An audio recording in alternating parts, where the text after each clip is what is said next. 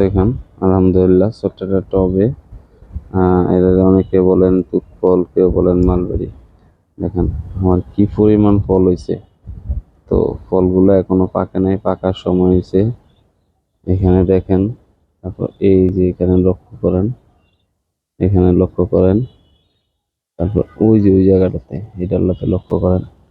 মানে কিছু ফল এখন পরিপক্ক, আবার পরবর্তীতে আবার কিছু ফল আসছে। এখানেও কিন্তু সেম, এই যে কিছু ফল কয়েকবার কিন্তু ফলগুলো আসছে। এই জায়গাটাতে দেখেন উপর পর্যন্ত, উপর থেকে নিচ পর্যন্ত আলহামদুলিল্লাহ যথেষ্ট কিন্তু ফুল আছে, ফল আছে। এই দেখেন মাশাআল্লাহ কি সুন্দর ফলগুলো পরিপক্ক হয়ে যেতেছে, দেখছেন? তো এই মালবেরি কার কার পছন্দ অবশ্যই জানাবেন। আর এটা কিন্তু সামান্য একটা ডাল থেকে কিন্তু আমার এই চারাটা তৈরি করা। এই মনে করেন অল্প, দেখেন ছোট্ট ছোট ডাল থেকে আজকে কত বড়, এই যে ধরেন এতটুকু একটা ডাল থেকে এই চারাটা করা। এটা এখান থেকে এই যে এতটুকু পর্যন্ত হয়েছে, আলহামদুলিল্লাহ বেশ ভালো ফল হয়েছে।